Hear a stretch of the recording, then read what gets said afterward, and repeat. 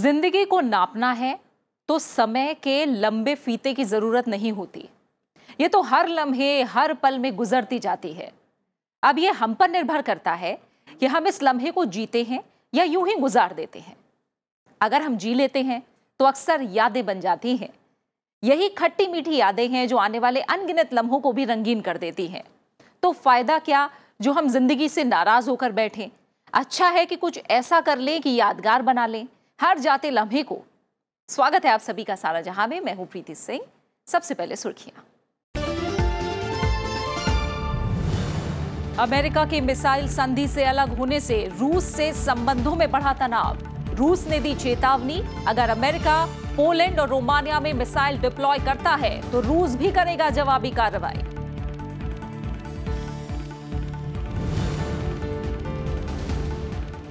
चर्चों में यौन शोषण के मुद्दे को लेकर वेटिकन में सम्मेलन। पोप फ्रांसिस ने माना कि पीड़ितों के साथ हुई नाइंसाफी, घाव पर मरहम रखने की कोशिश। अधिकतर पीड़ितों ने कहा वेटिकन का कदम नाकाफी।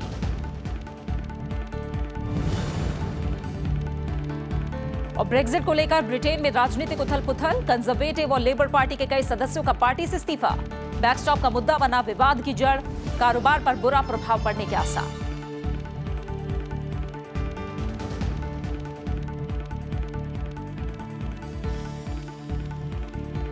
रूस के राष्ट्रपति व्लादिमीर पुतिन ने चेतावनी दी है कि अगर अमेरिका यूरोप में अपनी मिसाइलें डिप्लॉय करता है तो वो भी अमेरिका को निशाना बनाने की तैयारी करेंगे।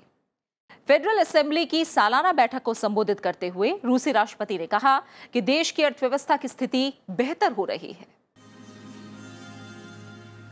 रूस के राष्ट्रपति व्लादिमीर पुतिन जब फेडरल असेंबली की सालाना बैठक को संबोधित करने पहुंचे तो उन्होंने अपनी बात रखने में शब्दों की सरलता से कोई समझौता नहीं किया। उन्होंने अमेरिका को साफ शब्दों में कहा कि अगर वो रोमानिया और पोलैंड में अपनी मिड रेंज मिसाइल डिप्लॉय करता है तो रूस भी उसका सटीक जवाब देगा। रूस उन हथियारों को बनाने और विकसित करने पर मजबूर होगा जो न केवल उन क्षेत्रों पर उपयोग होंगे जहां से हमें सीधा खतरा है, बल्कि रॉकेट प्रणालियों को नियोजित करने में निर्णय लेने वाले क्षेत्रों पर भी होगा जो हमें धमका रहे हैं। पुतिन ने कहा कि अमेरिका मिसाइल संधि से खुद बाहर हो रहा है। रूस उसे ऐसा करने पर मजबूर नहीं कर रहा है। अमेरिका ने इंटरमीडिएट रेंज न्यूक्लियर फोर्सेस संधि के अनुच्छेद 4 और 6 में रखी गई शर्तों को खुले तौर पर नजरअंदाज किया। विशेष रूप से संधि के अनुच्छेद 4 के अनुसार प्रत्येक पक्ष को अपनी मध्यवर्ती श्रेणी की मिसाइलों और उनके प्रक्षेपण स्थापन को अलग करना है। उन्होंने क्रीमिया जैसे विवादास्पद मुद्दे का भी जिक्र किया और कहा कि जल्द ही रूस और क्रीमिया के बीच रेल यातायात शुरू कर दिया जाएगा। इस साल क्रीमियन ब्रिज के पार रेलवे लिंक काम करना शुरू कर देगा। यह हमें क्रीमिया और सेवास्तोपोल को विकसित करने में मदद करेगा। रूस पर पिछले कई सालों से आर्थिक प्रतिबंध लगे हुए हैं। इसके बावजूद राष्ट्रपति पुतिन ने कहा कि देश की अर्थव्यवस्था सुधर रही है। 2021 तक रूसी आर्थिक विकास 3% तक पहुंचना चाहिए और आगे ये विश्व औसत को पार कर सकता है। सरकार और केंद्रीय बैंक को एक बार फिर से महंगाई को कम करने पर काम करना चाहिए। पुतिन ने फेडरल असेंबली में जो कुछ भी कहा उसका मतलब साफ था। रूस अपने रास्ते से हटने वाला नहीं है। अमेरिका को ही अपना रुख बदलना पड़ेगा। और जहां तक रूस की घरेलू स्थिति की बात है, प्रतिबंधों के बावजूद उन पर दबाव नाम मात्र है। Bureau report, Rajya Sabha TV. गुरुवार को वेटिकन सिटी में पादरियों द्वारा यौन शोषण को लेकर 4 दिनों की कॉन्फ्रेंस की शुरुआत हुई। इस कॉन्फ्रेंस को पोप फ्रांसिस सहित कई ईसाई धर्मगुरुओं ने हिस्सा लिया। इस कॉन्फ्रेंस का उद्देश्य एक तरफ जहां ऐसे गुनाहों पर लगाम लगाना था, वहीं पीड़ितों के घाव पर मरहम रखना भी था।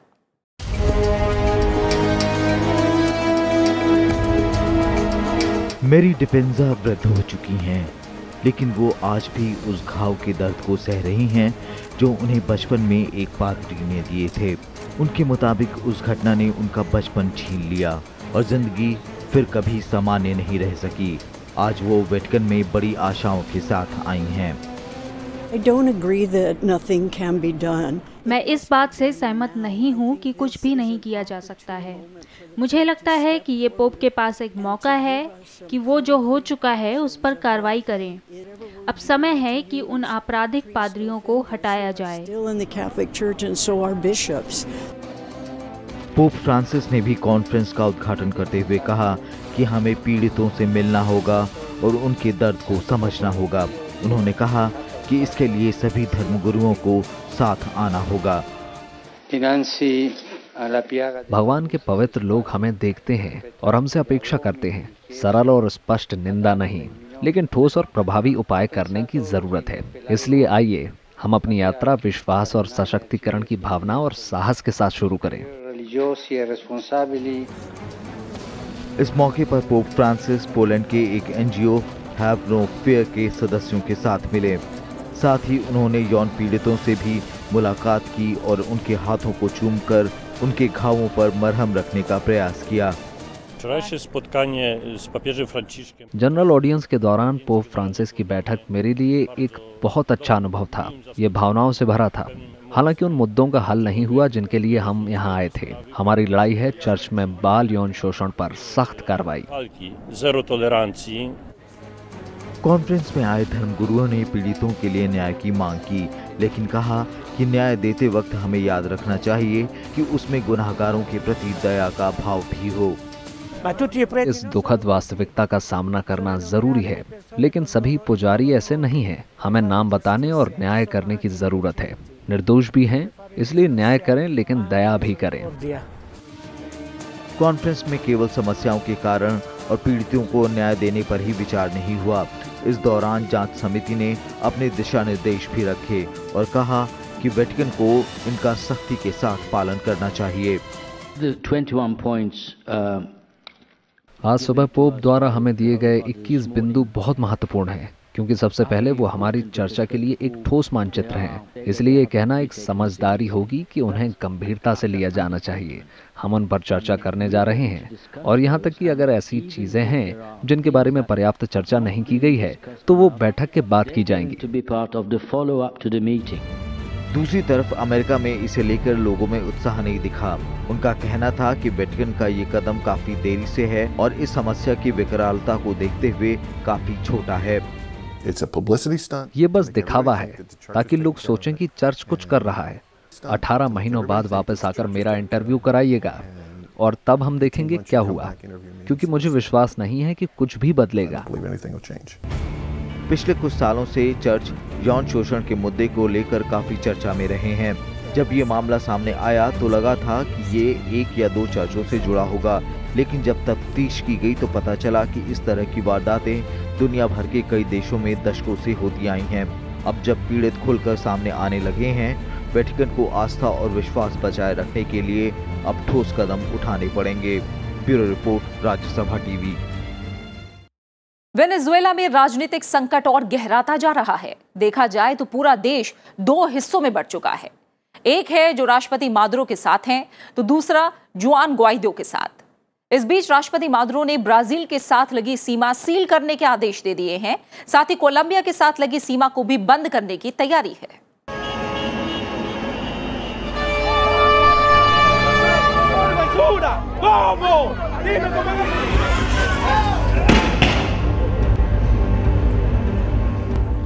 यह है वेनेजुएला और ब्राजील की सीमा। रात के समय यहाँ एक बड़ी असहज सी शांति देखने को मिल रही है। और यह है कोलंबिया की सीमा, जहाँ से वेनेजुएला में प्रवेश करने के लिए कारों की लाइन लगी हुई है, लेकिन उन्हें प्रवेश नहीं मिल रहा। इन दोनों सीमाओं पर इस तनाव का कारण है राष्ट्रपति निकोलस मादुरो का फरमान। 21 फरवरी रात 8 बजे से ब्राजील के साथ भूमि सीमा पूरी तरह से बंद हो जाएगी, जब तक कि आगे की सूचना नहीं दी जाती। अफसोस करने से रोक लगाना बेहतर है। हमारे लोगों की सुरक्षा सुनिश्चित करने के लिए सभी उपाय जरूरी हैं। कोलंबिया के साथ सीमा को पूरी तरह से बंद करने पर भी मैं विचार कर रहा हूं। एक तैयार आदमी 2 के बराबर है। वेनेजुएला में हालात बद से बदतर होते जा रहे हैं। कई नागरिकों को अपना पेट भरने के लिए स्मगलिंग तक का सहारा लेना पड़ रहा है।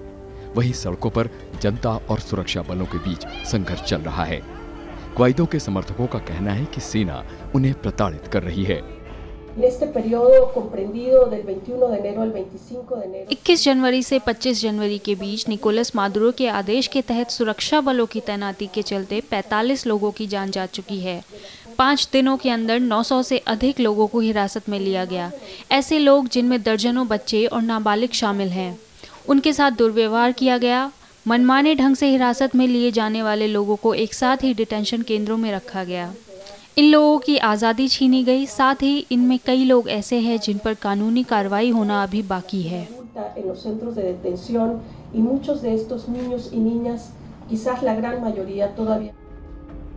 उधर अमेरिका के राष्ट्रपति डोनाल्ड ट्रंप वेनेजुएला के विपक्षी नेता ग्वाइडो के समर्थन में खुलकर बोले। उन्होंने कहा कि वेनेजुएला की सेना को मादुरो का साथ नहीं देना चाहिए। ऐसा करके वो अपना ही नहीं बल्कि देश का भविष्य भी दांव पर लगा रही है। उन्होंने ग्वाइडो के लिए अमेरिका के समर्थन की बात को दोहराया। The eyes of the entire world are upon you today. पूरी दुनिया की निगाहें आप पर हैं। आप उस विकल्प से नहीं छिप सकते जो आपके सामने है। आप अपने परिवार और देशवासियों के साथ शांति से जीवन व्यतीत करने के लिए राष्ट्रपति गुआइडो की उदार पेशकश को स्वीकार करने का विकल्प चुन सकते हैं। राष्ट्रपति गुआइडो ना तो आपके खिलाफ प्रतिकार चाहते हैं और ना ही हम, लेकिन आपको मानवीय सहायता को रोकना नहीं चाहिए। आपको शांतिपूर्ण प्रदर्शनकारियों, विपक्षी नेताओं, नेशनल असेंबली के सदस्यों या राष्ट्रपति गुआइडो और उनके परिवार के खिलाफ हिंसा की धमकी नहीं देनी चाहिए।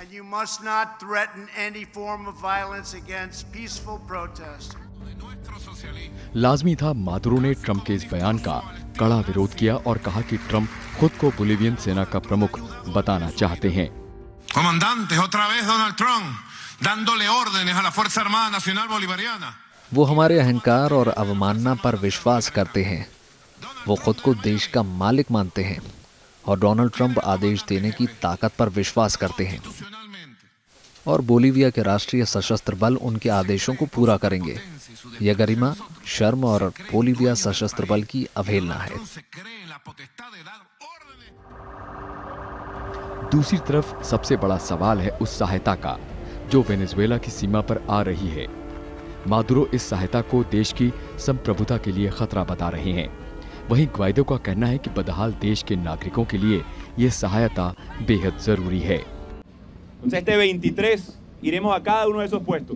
23 तारीख को हम मानवीय सहायता को अंदर लाने की मांग करने के लिए हर एक सैन्य पोस्ट पर जाएंगे। हम चाहेंगे कि वो हमें अपने देश में मानवीय सहायता देने की इजाज़त दें। सिर्फ सहायता को अंदर लाना काफ़ी नहीं है। हमें 23 फरवरी को हर हालात में मानवीय सहायता पहुंचानी होगी।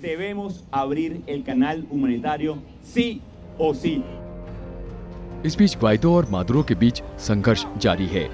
सेना अब भी मादुरो के साथ खड़ी है, लेकिन कई अमेरिकी राजनयिकों ने ग्वाइडो का साथ देने का फैसला किया है। जिस तरह से वेनेजुएला में स्थिति उलझ रही है, उसे देखते हुए लगता है कि यहाँ के नागरिकों को जल्द राहत की उम्मीद नहीं रखनी चाहिए। Bureau report, Rajya Sabha TV. सारा जहां में फिलहाल वक्त हुआ एक छोटे से ब्रेक का, और ब्रेक के बाद देखेंगे दुनिया रंग बिरंगी।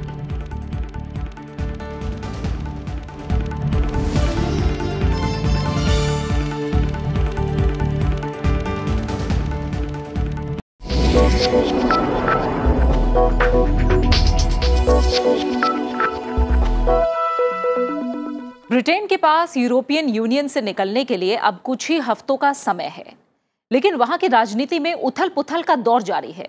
यूनियन से बाहर होने के मसौदे को लेकर एक सहमति अब भी नहीं बन पाई है।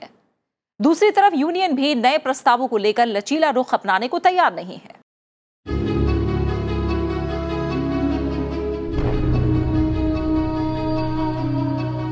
ये है ब्रिटेन के स्वीडन शहर में लगी होंडा कंपनी की कार बनाने की फैक्ट्री। कंपनी ने ऐलान किया है कि साल 2022 तक वो ये फैक्ट्री बंद करने जा रही है।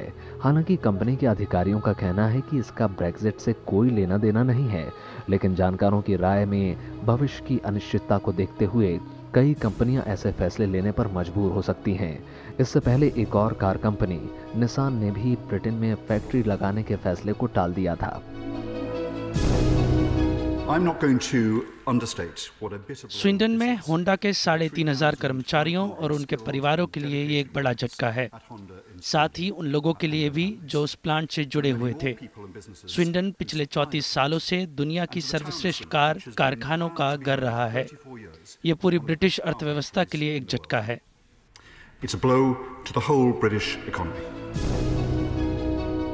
इस बीच ब्रिटेन की संसद की दोनों पार्टियों, लेबर पार्टी और कंजर्वेटिव पार्टी के कई सांसदों ने ब्रेक्जिट पर पार्टी रुख के खिलाफ इस्तीफा दे दिया।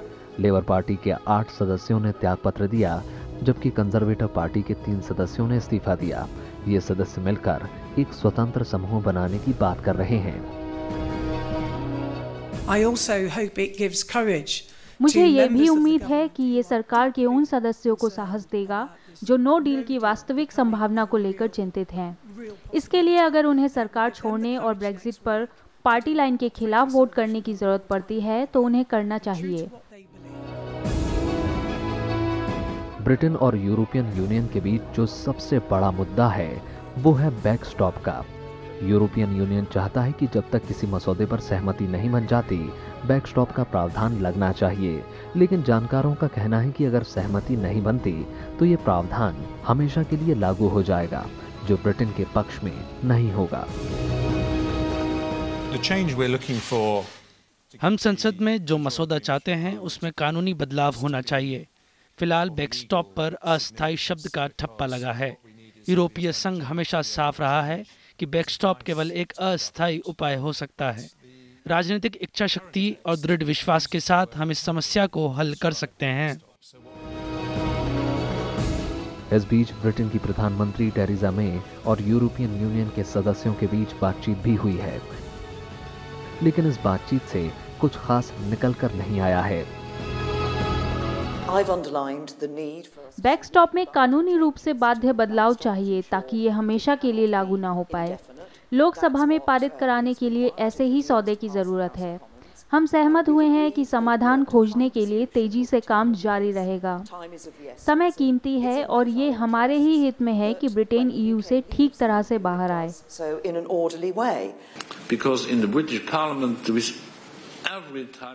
ब्रिटिश संसद में जब भी मतदान होता है तो किसी चीज के खिलाफ बहुमत होता है, कभी किसी चीज के पक्ष में बहुमत नहीं होता। अगर नो डील पर सहमति होती है और मैं इसे हटा नहीं पाता हूं, तो ब्रिटेन और यूरोप दोनों में इसके भयानक आर्थिक और सामाजिक नतीजे होंगे और इसलिए मेरे प्रयास खराब स्थिति से बचना है। लेकिन मैं इस मुद्दे पर आशावादी नहीं हूं।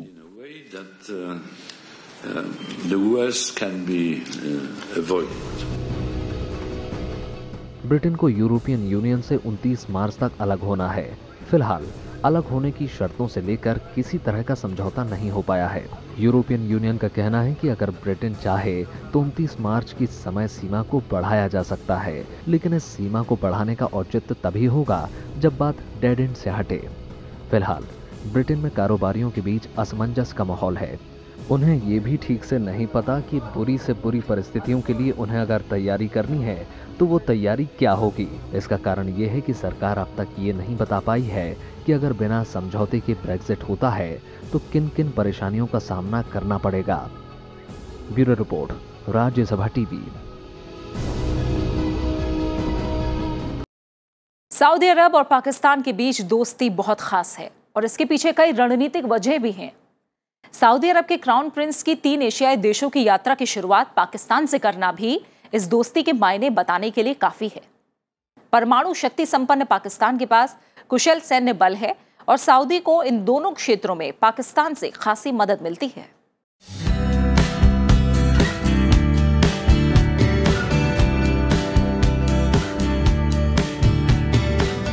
सऊदी अरब के क्राउन प्रिंस के एशिया के 3 देशों पाकिस्तान, भारत और चीन का दौरा कई मायनों में खास रहा। अपने दौरे की शुरुआत उन्होंने रविवार को पाकिस्तान पहुंचकर की। Prince Salman Saudi crown Prince जब पाकिस्तान पहुंचे तो उनका स्वागत करने के लिए प्रधानमंत्री इमरान खान एयरपोर्ट पर मौजूद थे।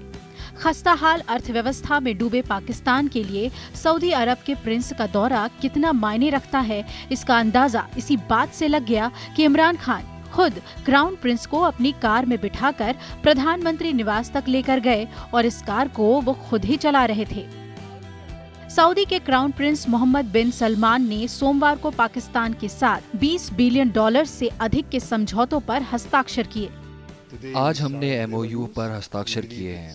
हम मानते हैं कि इस तरह के निवेश की राशि $20 मिलियन अमेरिकी डॉलर है। ये पहले चरण के लिए है और निश्चित रूप से ये हर महीने हर साल बढ़ेगा। पाकिस्तान के बाद क्राउन प्रिंस दिल्ली पहुंचे, जहां प्रधानमंत्री नरेंद्र मोदी ने गर्मजोशी से उनका स्वागत किया। क्राउन प्रिंस ने प्रधानमंत्री नरेंद्र मोदी को अपने बड़े भाई जैसा बताया और सऊदी के अधिकारियों के साथ भविष्य में संबंधों को और गहरा करने पर चर्चा हुई। सऊदी अरब ने भारत के पेट्रोकेमिकल प्रोजेक्ट में $100 बिलियन के निवेश की ऐलान किया। हम समझते हैं कि विभिन्न क्षेत्रों में भारत के पास आने वाले 2 सालों में $100 बिलियन से ज्यादा अवसर है। हम चाहते हैं कि हम दोनों ऐसे निवेश करें जो फायदेमंद हो और दोनों देशों को लाभ हो। इसके अलावा क्राउन प्रिंस ने सऊदी के जेलों में कैद 850 भारतीय कैदियों को रिहा करने का भी ऐलान किया। विदेश मंत्रालय के मुताबिक भारत ने सऊदी अरब के नागरिकों के लिए ई-वीजा सुविधा देने का फैसला लिया है। साथ ही सऊदी अरब ने हज करने वाले भारतीयों का कोटा बढ़ाकर 2 लाख करने की घोषणा की है। इसके अलावा सऊदी अरब ने पुलवामा आतंकी हमले की निंदा की और कहा कि आतंकवाद के मुद्दे पर भारत के साथ खड़ा है।